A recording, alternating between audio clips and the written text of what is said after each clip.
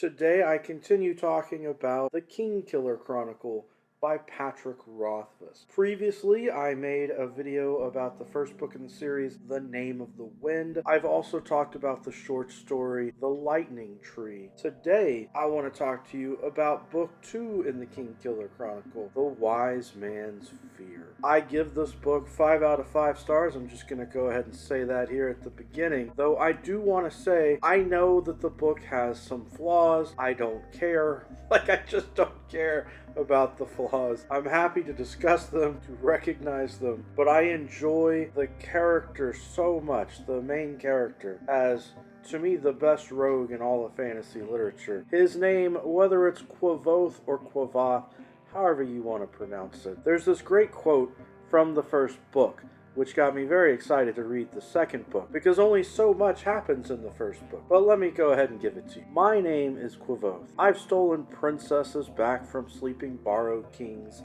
I burned down the town of Traban. I've spent the night with Felurian and left with both my sanity and my life. I was expelled from the university at a younger age than most people are allowed in. I tread paths by moonlight that others fear to speak of during day. I have talked to gods, loved women, and written songs that make the minstrels weep.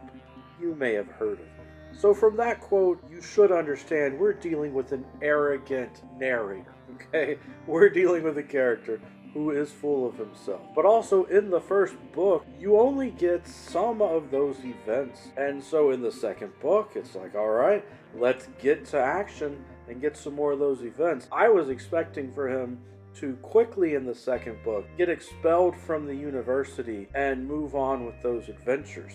And so I will say I was a little surprised that a lot of the story takes place at the university once again. But it's a great setting. There are really fun characters who are involved with the protagonist's life while he's at the university. So I didn't have any problem with it. I was just surprised. He does go off on other adventures though, and it is really exciting as the author Patrick Rothfuss gives us more world building as the character goes to other nations, and we get to see the political and cultural significance of that. The first book, The Name of the Wind, is actually highly acclaimed for dealing with socioeconomic status, dealing with the sense of poverty in a fantasy setting and how that drastically impacts the life of the character. In book 2, we get to see a lot of really wealthy characters and how the wealthy, well-to-do political aspects happen within a royal court. But it was unique, and that's something that really stood out for the setting. There's also a lot going on in the scenes. Patrick Rothfuss, in his interviews, has said that when he writes a scene, he wants the scene to have at least 3 purposes. And that's a lot. I can tell you, as someone who writes my own stories, I try to give each scene 2 purposes, but he layers in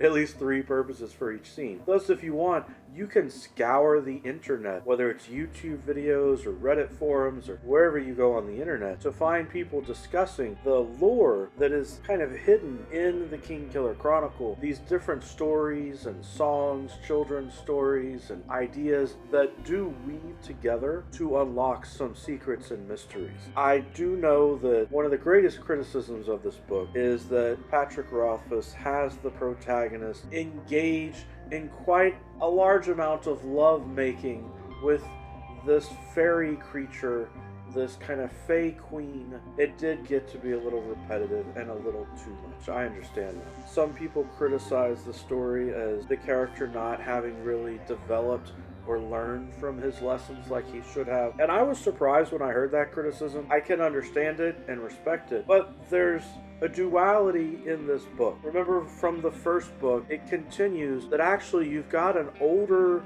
version of the protagonist who is narrating this story. So you do have to question whether he is potentially lying as a biased narrator and that sort of thing. But also, to me, there's true development from this younger version of the character that's off having these adventures and the older man that we have at the tavern who is recalling the adventures and telling them to the chronicler. But there's a lot left to happen for this character, as we know just from that quote that I gave you at the beginning of this book talk. He's got a lot more left for his adventuring, and I'm just dying to read book 3. I'm always hopeful that Patrick Rothfuss will deliver the story to us, maybe next year.